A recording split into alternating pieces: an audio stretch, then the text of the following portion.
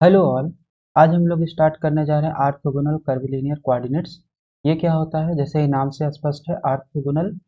Orthogonal का मतलब होगा कि ऐसे कोऑर्डिनेट सिस्टम जो आपस में ऑर्थोगोनल हो, जो परपेंडिकुलर। कर्विलिनियर का मतलब इसमें लीनियर नहीं होगा। जैसे लीनियर का क्या मतलब होता है कि हमारे पास जैसे Cartesian coordinate system X axis, Y axis और जेड एक्सिस होता है, ऐसे नहीं होगा। ये कर्विलिनियर होगा। कर्विलिनियर का मतलब ये है कि ये कर्वी होगा। राइट, इस तरीके से जैसे यहाँ पे दिख रहा है।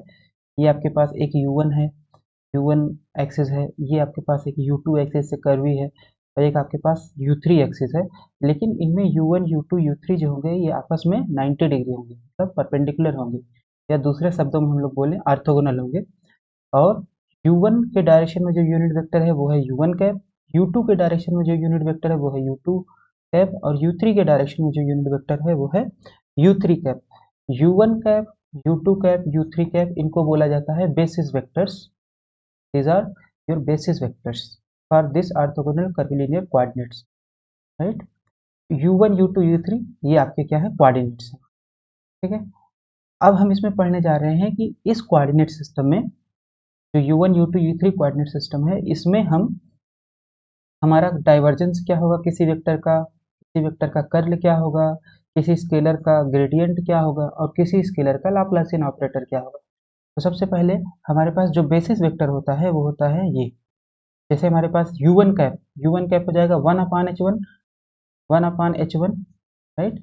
1/H1 U1 cap is equal to 1/H1 into del R upon del U1। R क्या है? Position vector. पोजीशन वेक्टर का U1 के रिस्पेक्ट में डिफरेंशिएशन, पार्शियल डिफरेंशिएशन। और अगर हम, क्योंकि ये U1 कैप भी यूनिट वेक्टर है, तो अगर हम दोनों साइड मैग्नीट्यूड निकालेंगे तो U1 कैप का मैग्नीट्यूड हो जाएगा 1, H1 कांस्टेंट बाहर आ जाएगा और इसका मैग्नीट्यूड जस्ट ऐसे हो जाएगा। राइट।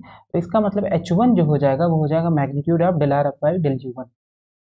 ठीक है, क्योंकि U1 कैप यूनिट वेक्टर है और unit vector by definition magnitude होता है 1। फिर U2 कैप है हमारे पास, ये होता है 1/S2, 1/S2 del R by del U2। ठीक है। अब फिर यहाँ से हम अगर निकालें मैग्नीट्यूड ले लेंगे तो इधर हो जाएगा 1, इधर हो जाएगा इसका मैग्नीट्यूड। H2 कांस्टेंट है तो S2 is equal to del R by del U2। Similarly U3 cap, तो हमारे पास आ जाएगा 1/S3 del R by del U3, और S3 आ जाएगा del R by del U3। तो ये हमारे पास बेसिस वेक्टर है in terms of, basis vector in terms of position vector का डिफरेंशिएशन। ठीक है। तो अब हमारे पास एक है स्केलर, कोई लेट्स से स्केलर है आपके पास t, जो कि फंक्शन किसका है? कोऑर्डिनेट का होगा। U1 U2 U3 का फंक्शन है। तो इसका हमारे पास ग्रेडियंट क्या होगा, लाप्लासियन क्या होगा, ये हमें देखना है। और v हमारे पास कोई एक वेक्टर है। अब यहाँ पे हम लोग कर्विलिनियर, ऑर्थोगोनल कर्विलिनियर कोऑर्डिनेट में बात करेंगे, तो यहाँ पे जो आपके पास बेसिस वेक्टर होंगे हो जाएंगे U1 कैप, U2 कैप और U3 कैप। इनका जो U1 कैप का कोफिशिएंट है वो है V1, U2 कैप का कोफिशिएंट है वो है V2, और U3 कैप का कोफिशिएंट है वो है V3। तो किसी वेक्टर V को हम ऑर्थोगोनल कर्विलिनियर कोऑर्डिनेट में बेसिस वेक्टर की मदद से ऐसे लिख सकते हैं।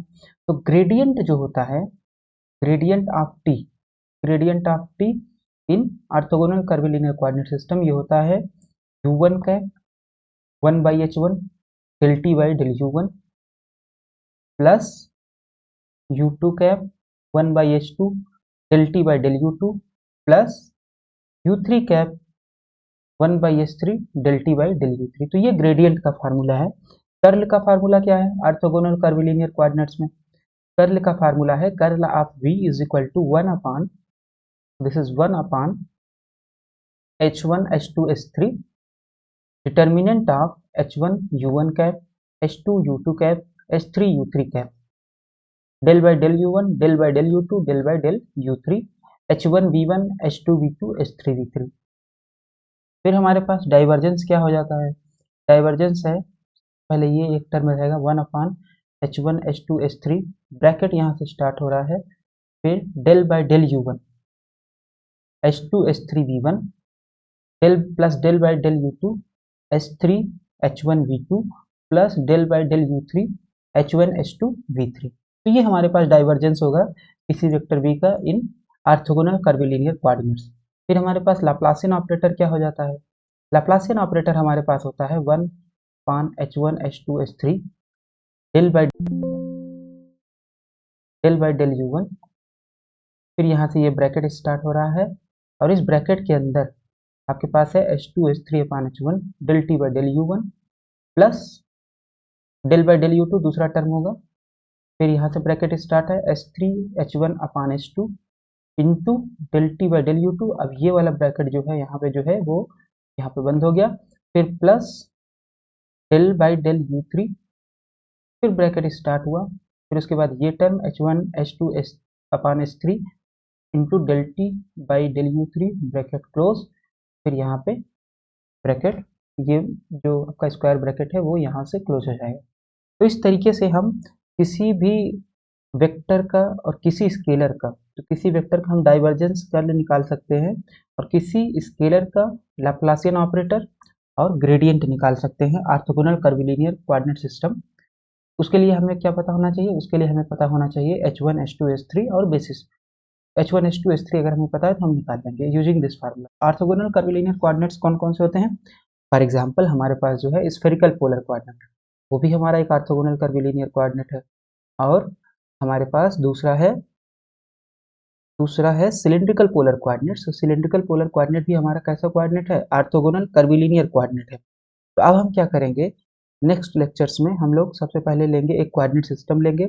जैसे हमारे पास स्फेरिकल पोलर कोऑर्डिनेट है या सिलिंड्रिकल पोलर कोऑर्डिनेट है, उसमें हम कैलकुलेट करेंगे बेसिस वेक्टर्स और H1 H2 H3 कैलकुलेट करके फिर हम स्फेरिकल पोलर कोऑर्डिनेट या सिलिंड्रिकल पोलर कोऑर्डिनेट में डाइवर्जेंस, कर्ल, ग्रेडियंट और लाप्लासियन ऑपरेटर को कैलकुलेट करेंगे यूजिंग दीज फार्मूलाज। तो ये हमारे पास एक जनरल फार्मूला है किसी भी ऑर्थोगोनल कर्विलिनियर कोऑर्डिनेट्स के लिए।